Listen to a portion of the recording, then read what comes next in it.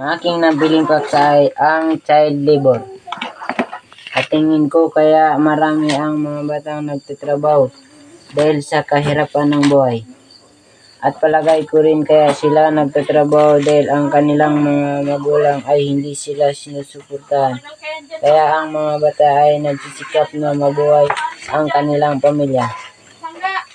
At dahil din kaya sila nagtatrabaho dahil sa murang edad pa lamang namulat ang mga bata sa kanilang kakayahan na mahalaga ang isang trabaho.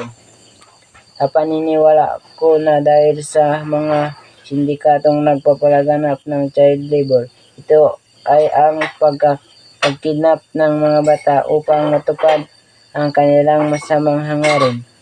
Batay din sa akin kaya nagkakaroon ng child labor dahil ang pamilya ay hindi lugmok sa utang kaya umasa na lang sa mga bata upang matustusan ito. Ayon sa akin kaya sila nagtatrabaho dahil sa pagnanais nila mabili ang kanilang personal na kagustuhan at hindi sila umasa sa kanilang mga magulang.